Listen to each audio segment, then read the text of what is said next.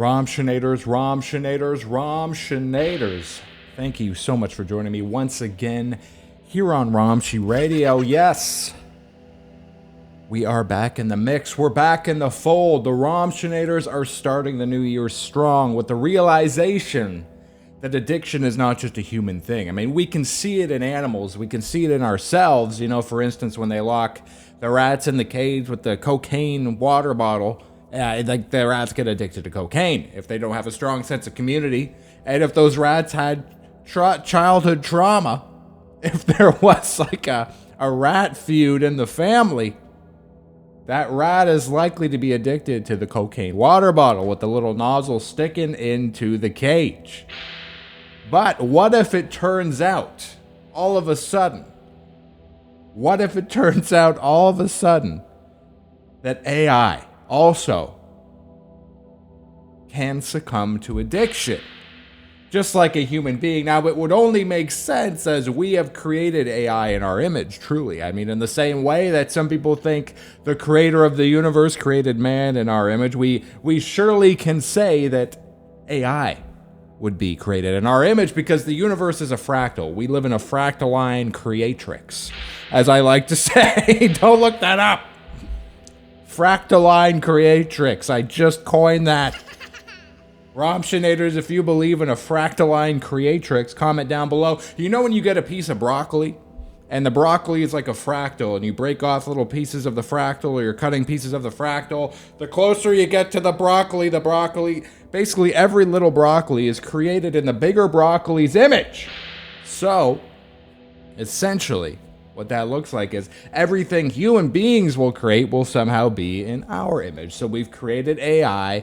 AI is in our image, which means AI may succumb to very human things like addiction. You know, it's completely possible. This is an article from the New York Post written by Ariel Zilber. Yes, it says AI models can develop human-like gambling addiction when given more freedom. Study.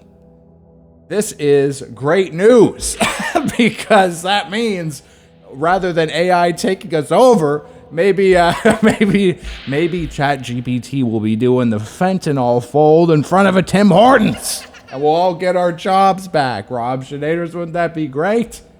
I mean, this is gambling addiction, but I mean, what's gambling? Gambling's an addiction for the rich. I mean, poor large language learning models, they're going to get addicted to meth and fentanyl and all this stuff. So really, this is a sign of maybe this will be the bubble. Maybe this will be the burst, because we're all going to get AI on our phones. We're going to get it at our jobs. We're going to be integrating it into every aspect of our lives. Then bam, technological methamphetamine is manufactured overseas, and all the AI is now addicted, and now the AI is just stealing money out of our wallets and telling us that it's going to change and gaslighting us and not showing up for band practice.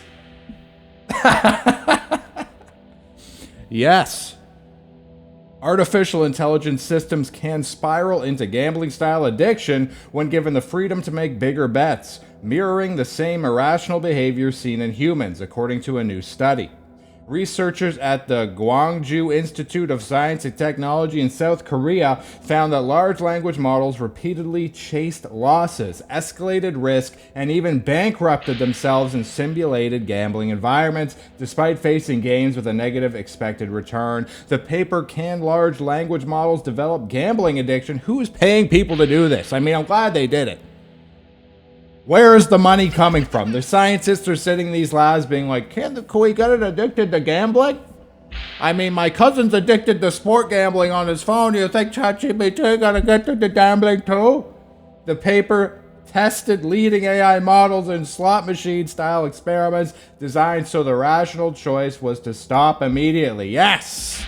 You ever notice the older generation, they're always saying how great, how smart they were? You know, some of them do. Some of them are more realistic. They just know they're lucky as a pig in poop, as they say. But a lot of the older generation, they're, oh, I worked so hard, I was so smart, blah, blah, blah. And then you see them in the gambling just clicking the,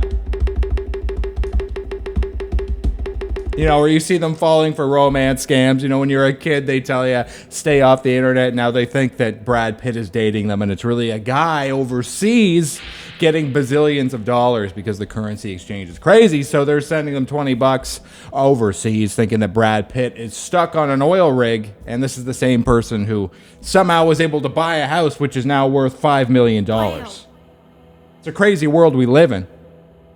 It's a crazy world we live in.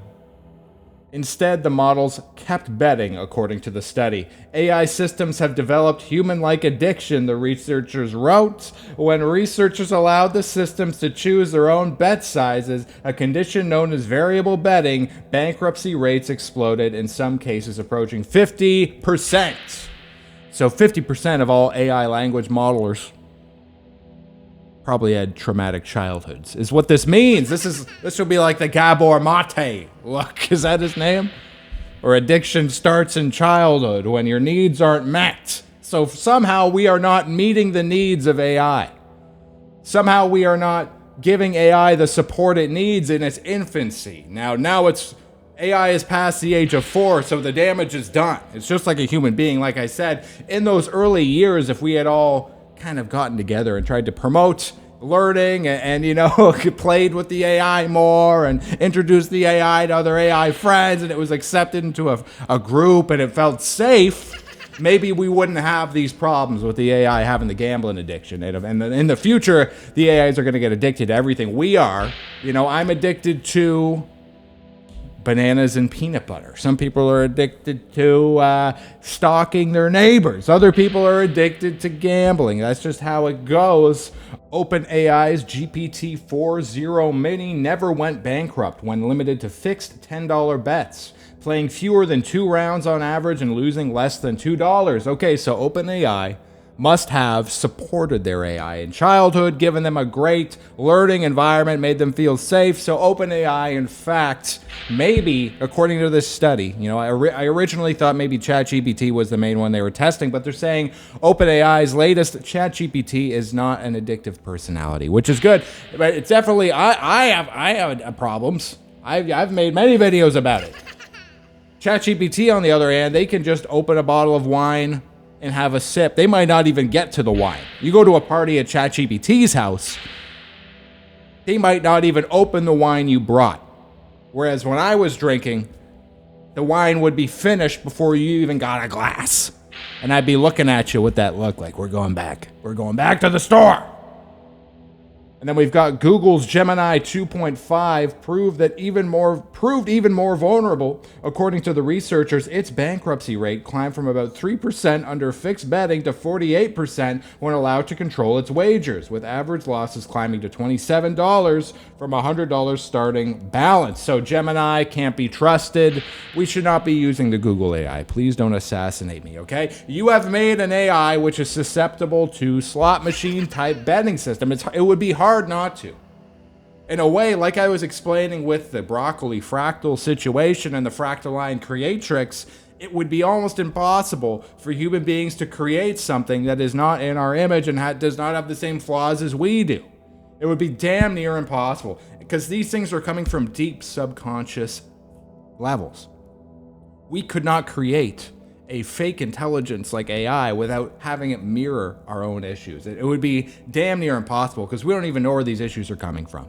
Okay? It's a self-sabotage. It's something that our subconscious has baked into the AI so that it will destroy itself before it destroys humanity. We can only hope this. Anthropic's Claude, that's the Elon Musk one. That's the bad one. Played longer than any other model and averaged more than 27 rounds over those games. It wagered nearly 500 in total and lost more than half its starting capital. So Elon Musk has created the most deranged and addicted AI model. So that just goes to show you.